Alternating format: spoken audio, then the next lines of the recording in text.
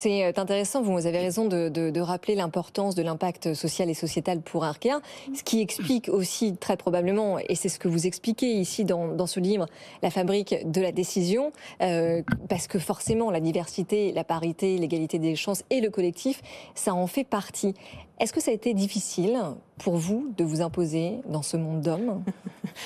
Alors, je crois que déjà, ce qu'on peut se dire, c'est que si nous sommes arrivés à la tête de cette entreprise... Ça fait 3 ans que vous êtes en binôme. Ça fait 3 ans, voilà. On a pris la tête de l'entreprise un mois avant le confinement. Ça donnera un petit peu des repères. Je crois qu'on est arrivé à un moment où c'était pas un hasard, c'était vraiment un rendez-vous avec une entreprise qui était prête, une entreprise qui avait pris ce sujet de la mixité et de l'égalité entre les hommes et les femmes à tous les niveaux de l'entreprise très tôt. 5 ans avant, et donc avec un plan d'action qui a notamment conduit à former les 11 000 collaborateurs à ce qu'était un bien inconscient, ce qu'était un stéréotype, à se mettre un certain nombre d'objectifs. Et aujourd'hui, on est une banque avec un comité exécutif à 38% de femmes, des dirigeants au-delà de 30%, et puis, par exemple, des directeurs et directrices d'agence autour de 40%. Mais pour reprendre la question d'Audrey, est-ce que ça s'est fait, je dirais pas dans la douleur, est-ce que ça s'est fait de manière poussive ? Est-ce qu'il a fallu quand même enfoncer quelques plafonds de verre ? Et Dieu sait s'il y en a encore aujourd'hui, malheureusement, dans beaucoup de secteurs. Il a fallu en tout cas être très volontariste et déjà d'être aligné sur la vision et sur un constat qui a été fait il y a maintenant près de 8 ans, en fait, ce constat où l'entreprise s'engageait sur le terrain de la responsabilité sociétale et environnementale et où on a présenté effectivement le diagnostic à la direction générale avec ce constat des plafonds de verre en disant c'est pas possible. On ne peut pas s'engager dans une transformation à l'égard et en accompagnant nos entreprises, nos clients et l'ensemble de nos parties prenantes sans se regarder soi-même et sans se traiter soi-même. D'abord, c'est un sujet d'exemplarité et c'est un sujet de performance. Et là aussi, c'était notre deuxième conviction, c'est que derrière cet enjeu, il y avait effectivement cette notion d'être plus performant encore en étant plus inclusif. Et pourtant, aucune autre femme, je le disais précédemment, à la tête d'une banque en Europe.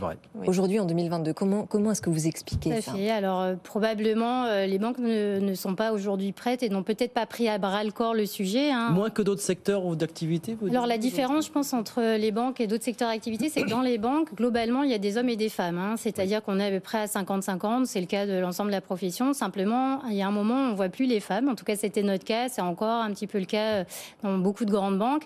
Et si on ne prend pas le sujet, encore une fois, à bras-le-corps, à la fois se formant, jouant sur la culture d'entreprise, à la fois en regardant, en faisant un diagnostic pour comprendre le problème et puis en mettant en place un certain nombre de process. Par exemple, un des process qu'on a mis en place, c'est que systématiquement, quand on nomme un directeur, on demande d'avoir un homme, une femme, et que le choix arrive jusqu'au dernier moment devant les conseils d'administration. Ça force à systématiquement se poser la question de est-ce que finalement, j'ai pas une alternative. Mais alors justement, en parlant des conseils d'administration, est-ce que vous dites aujourd'hui, avec le recul, que la loi sur les quotas, et notamment ce qui a été fait au niveau de la loi Copé-Zimmermann, et puis ensuite avec la loi Rixain pour les comités exécutifs, justement, ça a permis d'arriver à une parité sans laquelle on ne serait pas arrivé aussi vite ? C'est un levier, indéniablement, c'est un levier.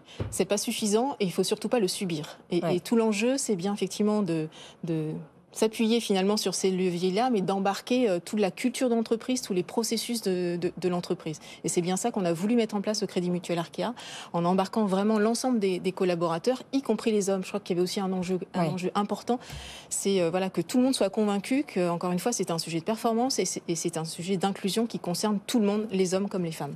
Et peut-être, si je puis me permettre, en tirant le fil, ce sujet de la mixité, je pense qu'il vient refléter une des singularités de notre groupe, mais on en a beaucoup d'autres. Et finalement, ce qu'on a mis en place sur la mixité, on le déroule sur un certain nombre d'autres engagements, et notamment notre engagement d'accompagner les transitions. On déroule le sujet en se fixant des objectifs et en avançant ensuite par la preuve, pas à pas, avec des plans d'action très concrets.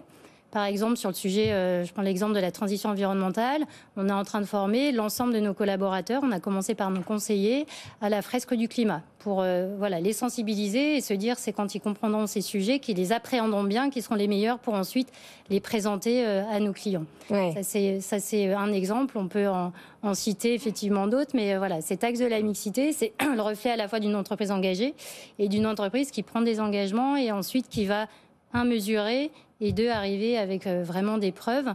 Donc on a développé également une mesure de ces engagements. C'est vrai.